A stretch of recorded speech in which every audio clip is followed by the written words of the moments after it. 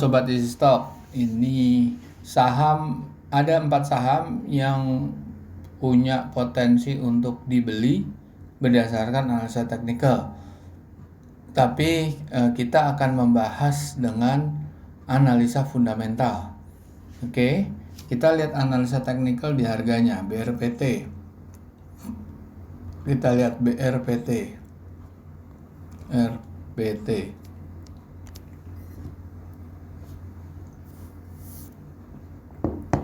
Turun nih. Mungkin karena saya bukan orang teknikal, ini bagus untuk dibeli mungkin ya BRPT. Terus yang berikutnya NREP.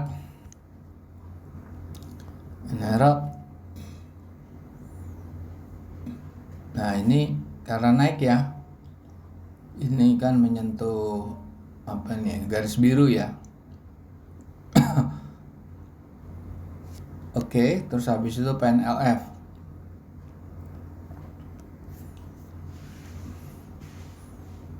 Wah, ini naik terus turun lagi. Apa pantas dibeli? Mungkin menurut teknikal ya. Terus kemudian GGRM.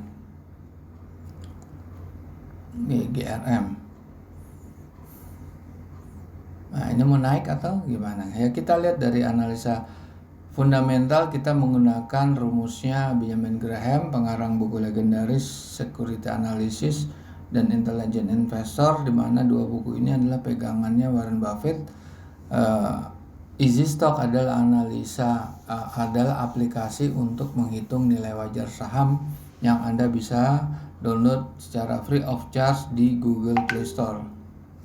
Oke, Anda ketik aja Google Play Store, Anda ketemu seperti ini, terus Anda bisa review dan Anda download, Anda open,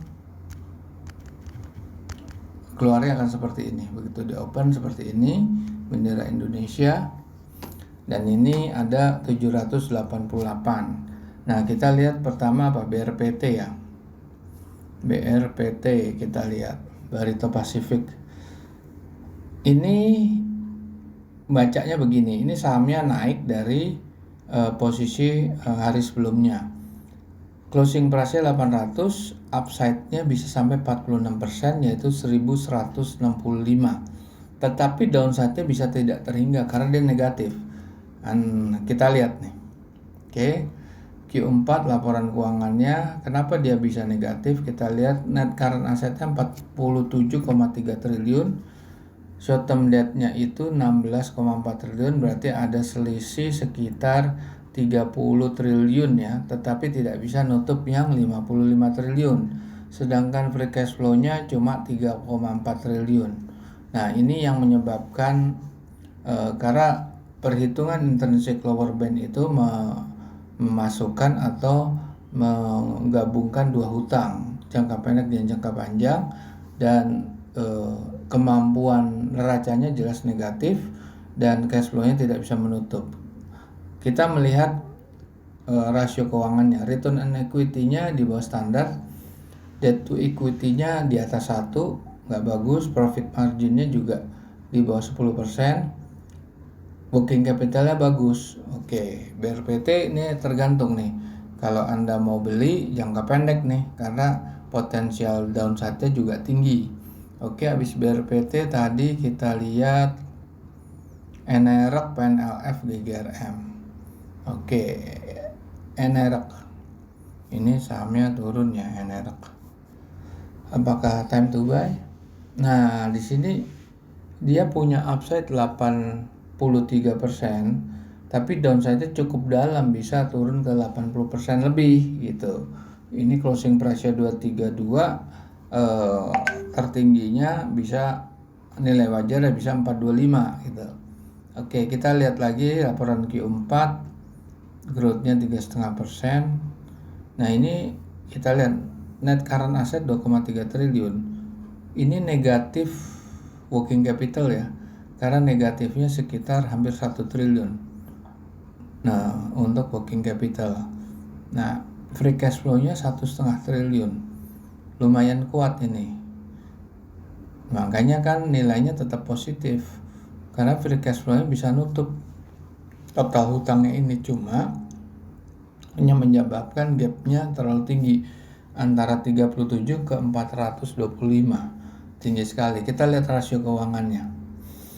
Return on equity di bawah standar, debt to equity-nya di atas 1, kurang bagus, hampir 1,4. Profit marginnya ya mendekati standar 10%, tapi ini kurang ya. Working capitalnya di bawah 1. Ya itulah, ini kurang bagus sebetulnya. Oke, sekarang kita lihat GGRM.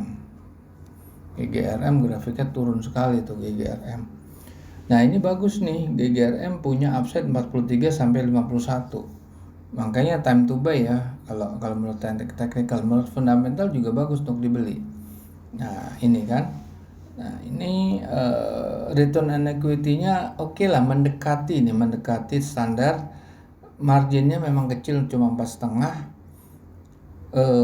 Debt to equity-nya bagus di bawah 1, working capital-nya mendekati 2, itu bagus. Nah ini memang masih bagus, ini masih punya potensi, cuma produktivitasnya nggak begitu tinggi ya, karena ini perusahaan rokok. Nah ini kalau anda kurang puas dengan 1,6, bisa aja Anda masuk ke fasilitas member. Anda bisa klik forecast simulator. Anda mau pertumbuhannya 3%, atau katakan 2,5%. Berapa? Tambah lagi, tambah naik deh pasti. Kan? 46. Sebelumnya kan nggak segitu dia. Naik lagi 46 sampai 48 ribu. Oke, kita lihat saham berikutnya, PNLF. PNLF. Wow. Nah ini tinggi nih, 64% valuasi ininya, apanya, upside-nya ya, potensial upside-nya. Karena closing price-nya 400 kurang, tapi upside-nya bisa 650. Oke, kita lihat laporan keuangan terakhir, growth-nya 3,2. Kita lihat laporan keuangan, rasio keuangan. Return on equity-nya memang nggak menarik ini, cuma 1,5%. Tapi profit marginnya tuh 52% lebih. Debt equity-nya bagus, rendah banget.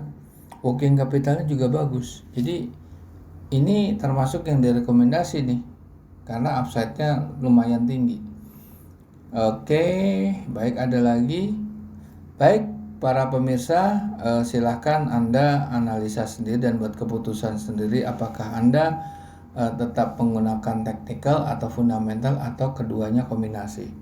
Baik, jumpa lagi di lain kesempatan.